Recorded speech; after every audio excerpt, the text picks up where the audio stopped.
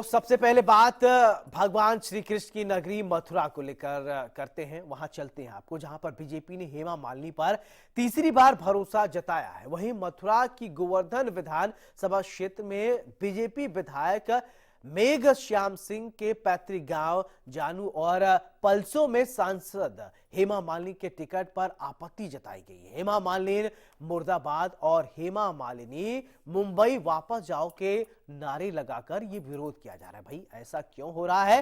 क्यों हेमा मालिनी इनके लिए ऐसी हो गई है? आखिरकार हम आपको समझाते हैं।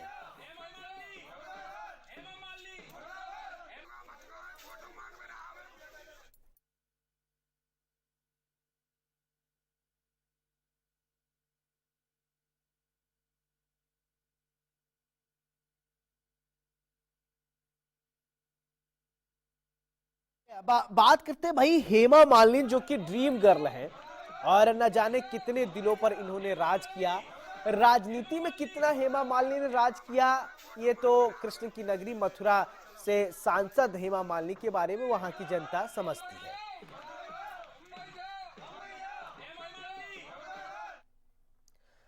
वहीं सीट शेयरिंग को लेकर इंडिया न्यूज पर बताया जा रहा है कि ओपी राजभर का बड़ा खुलासा। उन्होंने कहा है कि एक सीट फाइनल है और दूसरी सीट को लेकर क्या उन्होंने कहा है, सुनिए जरा। इस समय उत्तर प्रदेश में चर्चा हो रही है बाकी जो 29 सीटें बची हैं उसमें कब प्रत्याशियों की घोषणा होगी। उसके अलावा दूसरी जो महत्वपूर्ण चर्चा हो रही है वो ये हो रही है कि जो घटक दल हैं उनको आखिर कितनी सीटें मिलेंगी। हर कोई जो है पत्रकारों से फोन करके पूछ रहा है कि भाई आपके पास क्या जानकारी है। तो आइए सीधे चलते हैं हम ओम प्रकाश राजभर जी के साथ पास, जो कि हमारे साथ जुड़ चुके हैं। ओम प्रकाश जी, इंडिया न्यूज में बहुत स्वागत है आपका। धन्यवाद आपको। ओम प्रकाश जी, देखिए कयास का जो लगातार लोग कयास लगा रहे थे ओम प्रकाश राजभर जी कब मंत्री बनेंगे, तो वो तो देखिए बहुत नजदीक आ गया है। कल हमारे पास जो जानकारी है कि कल मंत्रिमंडल की शपथ होने जा रही है और ओम प्रकाश राजभर जी जो है उसमें मंत्री बनने जा रहे हैं। तो एक तो इसके लिए मैं पहले से आपको बधाई दे रहा हूं। दूसरा, मैं आपसे सवाल ये पूछना चाह रहा हूं कि सुभाषपा जो है जिस तरीके से तैयारी हमारी आपकी चल रही है, बिहार में भी मुझे याद है आपने कहा था कि हम कई रैलियां कर रहे हैं एक साथ लगातार, उत्तर प्रदेश में भी खास तौर पे कई कार्यक्रमों में मैं आपको लगातार देख रहा हूं। आप मुझे ये बताइए कि सुभाषपा कितने सीटों पे चुनाव लड़ेगी, कितने सीटें आप मांग रहे हैं? क्योंकि देखिए राजनीति के लिए बहुत आवश्यक है कि पार्टी के जो लोग दिन रात एक किए हुए हैं आपके साथ, अगर आप उनको समाहित नहीं कर पाते हैं तो फिर तो संघर्ष बड़ा विकट हो जाएगा। देखिए, हम लोगों की बहुत वो दिक्कत नहीं है। अभी तो हम लोग शुरुआत किए हैं। हमारे साथ जितने लोग जुटे हैं, हम लोग अभी जीरो से शुरू किए हैं और सभी लोग मन बना चुके हैं कि हम लोग एनडीए गठबंधन के साथ रहेंगे। और सीटों का जहाँ तक सवाल किया है तो यूपी में हम लोगों ने 3 सीट मांगी थी, एक सीट कन्फर्म हो गई है, दूसरी सीट पर लड़ाई हो रही है कि दूसरी सीट भी हम लोगों को मिले। तो इसके लिए बातचीत आपकी ओम प्रकाश जी हो गई? क्योंकि आप जो है राजनीति में वैसे तो बड़े छुपे रुस्तम है, मैं देखता हूं अक्सर आप फोटो पोस्ट कर देते हैं। इस बार आपकी जो मीटिंग हुई है उसकी आपने फोटो एकदम दबा के रख ली, पोस्ट ही नहीं की, किसी को पता ही नहीं चला कि ओम प्रकाश राजभर जी दिल्ली आए, अमित शाह जी से मिले और चले गए। असल में उसमें बात ये थी कि दूसरी सीट फाइनल नहीं हो पाई थी, इस नाते ना तो उधर से ट्वीट हुआ ना तो इधर से ट्वीट हुआ। वो चीजें जो है उसी तरह जो है हम लोग तो उन्होंने भी ट्वीट नहीं किया, इसीलिए आपने भी ट्वीट करना जरूरी नहीं समझा? बोले उधर से जब मामला बढ़ेगा तब भी हम इधर से बढ़ाएंगे, क्यों? नहीं, हमने जब कहा कि भाई दूसरी सीट फाइनल ना हो जाए तब तक हमारे तरफ से ट्वीट करना ठीक नहीं है। ओम प्रकाश जी, आप कौन कौन सी सीटें मांग रहे हैं जिसपे सुभाषपा लड़ना चाहती है? देखिए, पहले तो हमारे 5 सीटें हमने दी थी कि 5 में से 3 दे दीजिएगा, लेकिन सलेमपुर घोषणा हो गई, जौनपुर घोषणा हो गई, तो बची हुई गाजीपुर और बलिया की सीट है। 2 सीट बची है और 1 सीट घोषित तो फाइनल कर दिया है अमित शाह जी और नड्डा जी ने। जी, तो अभी आप गाजीपुर मांग रहे हैं, बलिया मांग रहे हैं। यानी एक सीट तो उसमें आपको मिल गई है जी, है ना, यानी गाजीपुर की सीट आपको मिल गई जी। ओम प्रकाश जी। हाँ, ठीक है, नहीं जहुरा घोसी, घोसी आपको मिल गई है।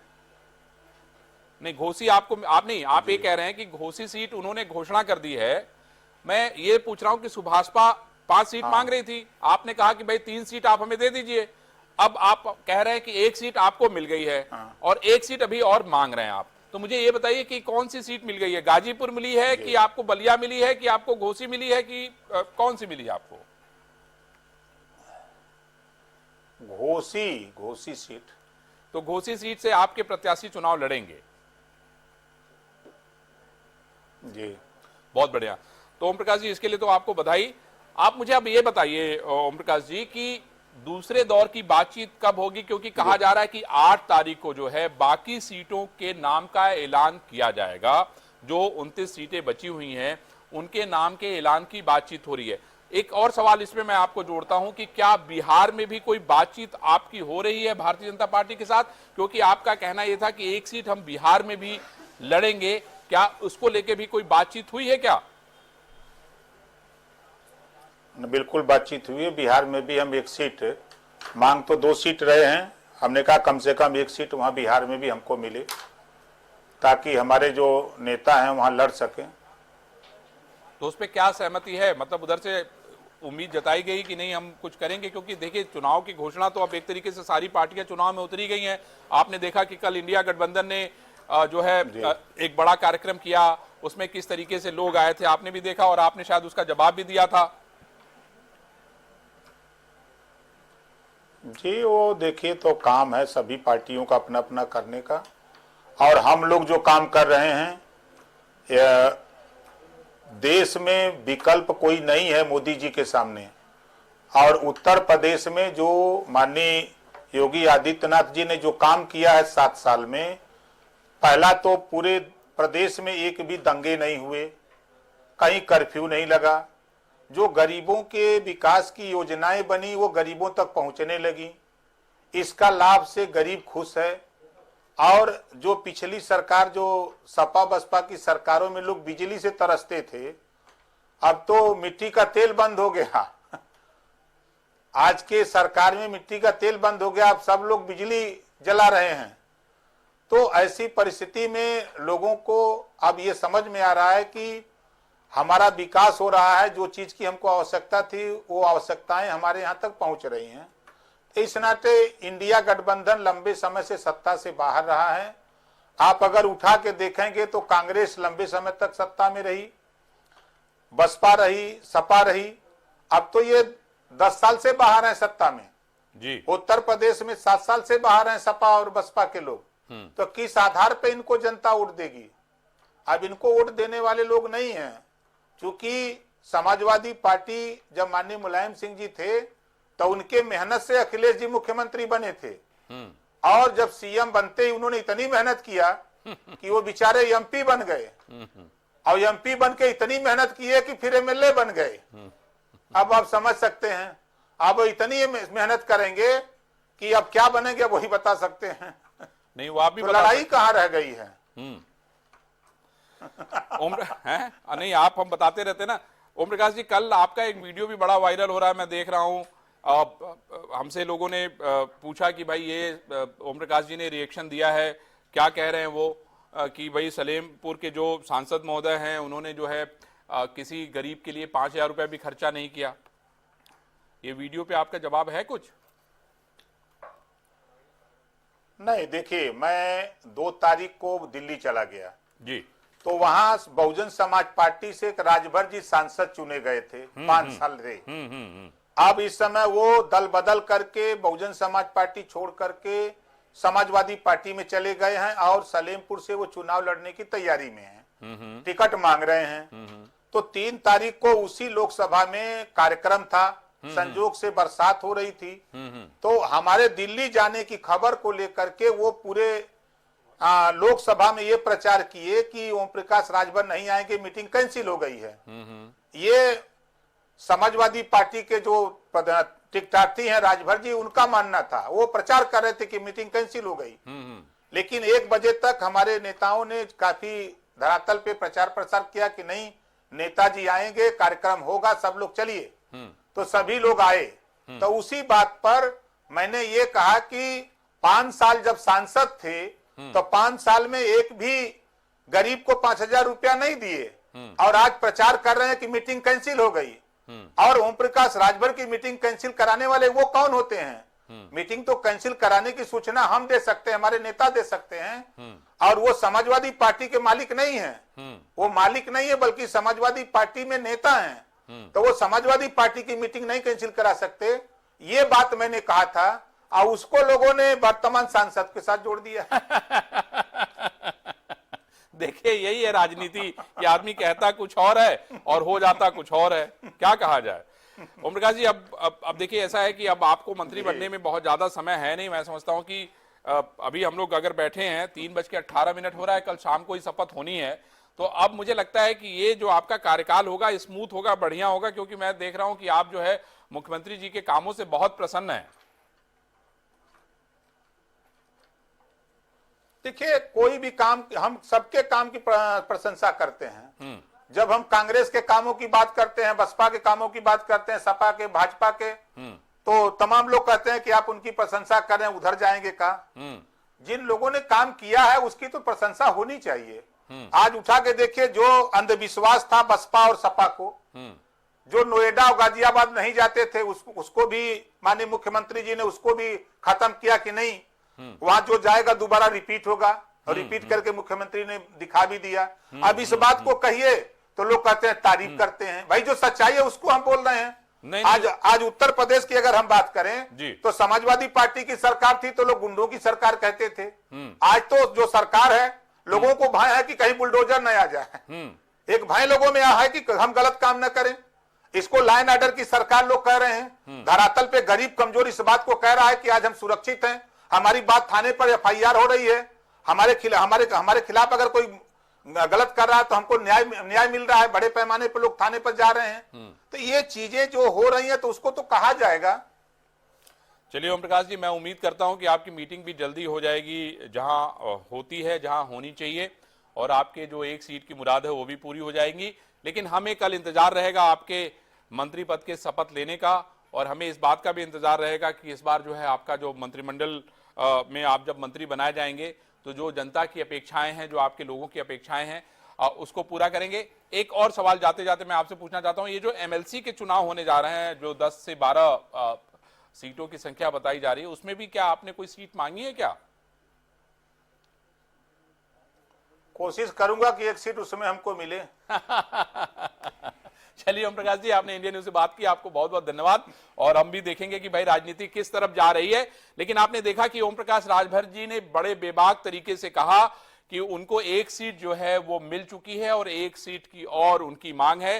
जो सीट है गाजीपुर से, यानी अफजाल अंसारी के खिलाफ ओम प्रकाश राजभर, सुभाषपा जो है वो ताल ठोकना चाहती है। मैं आपको ये बता दूं कि देखिए, राजनीति कितनी विकट है, कितनी विचित्र है कि पिछली बार जो चुनाव हुए थे विधानसभा में, आपको याद होगा, तो ओम प्रकाश राजभर जो है वो मुख्तार अंसारी के बेटे के साथ थे, और उसको लेके, उनकी बातों को लेके जवाब दे रहे थे। तो इसलिए राजनीति में सब कुछ संभव है, सब कुछ जायज है।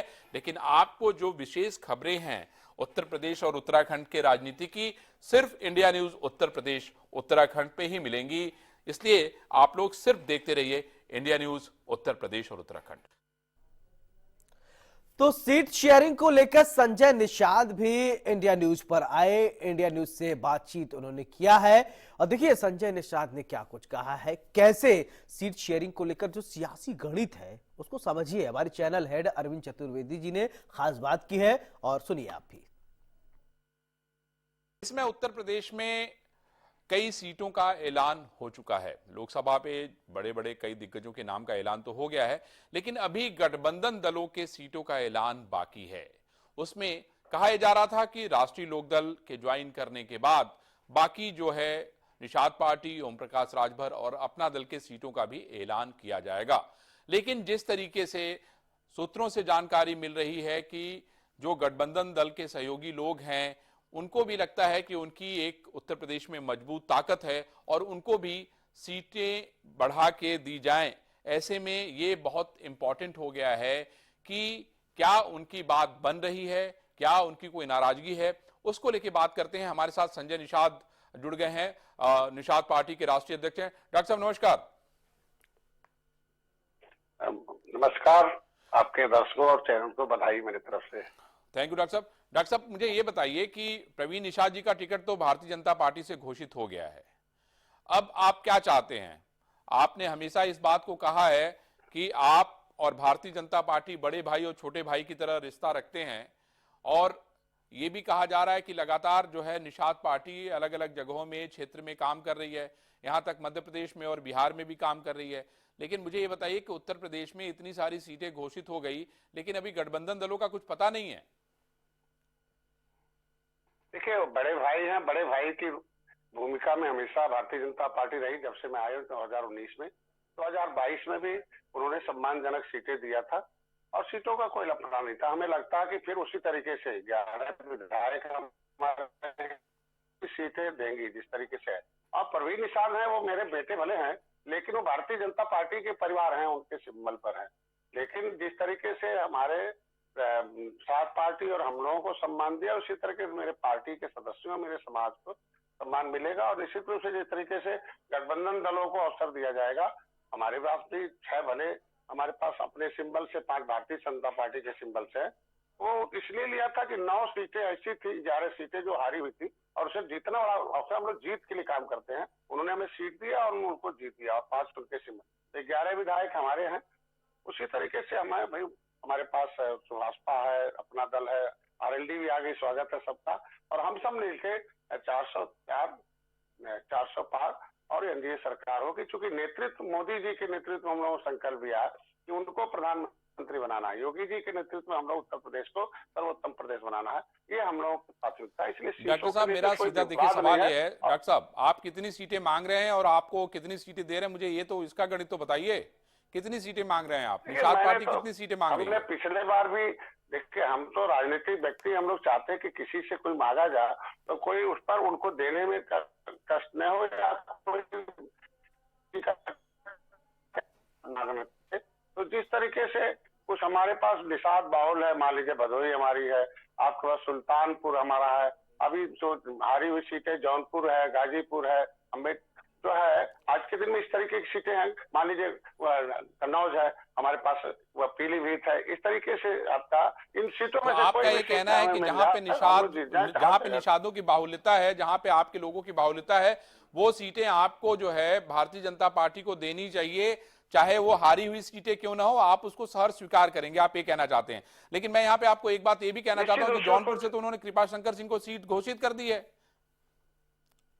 नहीं, तो मैंने कहा ना कि उसको हो गया, लेकिन जो हमारी सीटें गाजीपुर नहीं घोषित है, आपका जो है आपके पास अभी तमाम ऐसी सीटें जहाँ घोषित नहीं है। तो मैं डॉक्टर साहब मैं ये मान के चलूं कि निषाद पार्टी 5 सीटों की मांग कर रही है भारतीय जनता पार्टी से? नहीं, हमने सीटों की गिनती में मांग नहीं की। हमें लगा कि 11, क्योंकि हमारे अपना दल के जो विधायक आरएलडी के विधायक हैं और मैया के जो हमारे सुभाषपा से, उससे हम जो हमारे 11 विधायक हैं उसके अनुसार हमें उसका अवसर मिलना चाहिए। और निषाद पार्टी का सिंबल पहुंचाने के लिए भारतीय जनता पार्टी, हमें पूरा उम्मीद है कि वो हमारी सिंबल को भी लोकसभा में पहुंचाएगी, क्योंकि उससे क्या होगा, जीत में बदलेगा। हमारा जो समुदाय होता है वोट वो प्रेम से, बहुत अपनी आत्मीयता से देता है और आगे बढ़ के देता है, और हम लोग मेहनत नहीं करना पड़ता है। तो वो अपनी सिंबल पर, चूंकि वो निषाद राज का सिंबल है, भगवान राम के बाल सखा का है, तो त्रेता का जिस तरीके से गठबंधन है वो नेचुरल अलायंस हमारी भारतीय जनता पार्टी का, इसलिए हमारा कोई इस तरीके से होता नहीं। और हम बड़ा उम्मीद रखते हैं, माननीय गृह मंत्री जी बहुत आसानी से बुलाते हैं और सीटों पर चर्चा करके उसको जीतने वाली सीट दे देते हैं। हमें पूरा उम्मीद है कि निषाद पार्टी जिस तरीके से अपना दल और इनको देंगे और हमें भी देंगे। और प्रवीण जी तो नहीं, मुझे ये बताइए कि आपको क्या दिल्ली कब आपको बुलाया गया है, या आने का आपको कब नियंत्रण दिया गया? क्योंकि लोकदल तो अब ज्वाइन कर चुका है, लोकदल से जयंत चौधरी को हम लोगों ने देखा कि भाई जयंत चौधरी की बातचीत हो जाएगी, और हमारे जो सूत्र कहते हैं वो ये कहते हैं कि 2 सीटों पे जो है जयंत चौधरी को देने की बात कही जा रही है। संजय जी, आपको क्या दिल्ली से कोई सूचना आई कि गृह मंत्री जी कब मिलेंगे आपसे, कब बातचीत होगी, कब सीटें फाइनल होगी? क्योंकि कहा जा रहा है कि 8 तारीख को जो है बैठक होने वाली है। उसके बाद जो 29 सीटें लोकसभा की बची हुई हैं, 51 सीटें की घोषणा के बाद, उसके बाद उसमें यह तय होगा। आप देखिए अभी बड़ी बड़ी सीटों की घोषणा नहीं हुई है। आप देखिए मेनका गांधी की सीट बची हुई है, सुल्तानपुर, आप देखिए पीलीभीत वरुण गांधी की सीट बची हुई है, कानपुर की सीट बची हुई है। इधर अगर आप पूर्वांचल में चले जाएं तो मऊ, उसके अलावा देखिए घोसी है, उसके अलावा बलिया की सीट बची हुई है, गाजीपुर की सीट बची हुई है, प्रयागराज की सीट बची हुई है। तो ये बहुत सारी सीटें ऐसी हैं जो बची हुई। इधर अगर पश्चिम उत्तर प्रदेश में आ जाए तो मेरठ की सीट बची हुई है, गाजियाबाद की सीट बची हुई है, बागपत की सीट बची हुई है। तो ये सारी की सारी सीटें तो बची ही हुई हैं।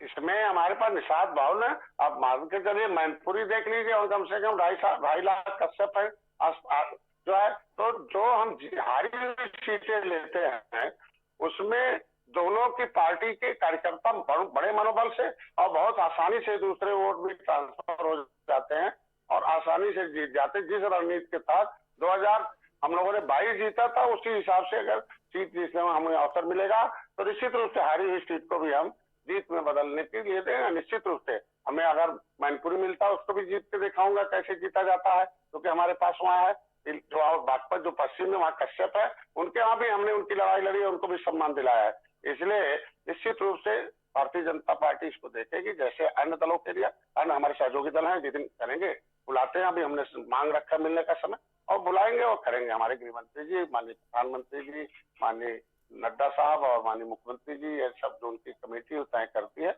और एक सम्मानजनक सीटें देती है, हमेशा सम्मान रखती है। 2022 में रखी है, हमें लगता है 2024 में उसी हिसाब से रखते हैं।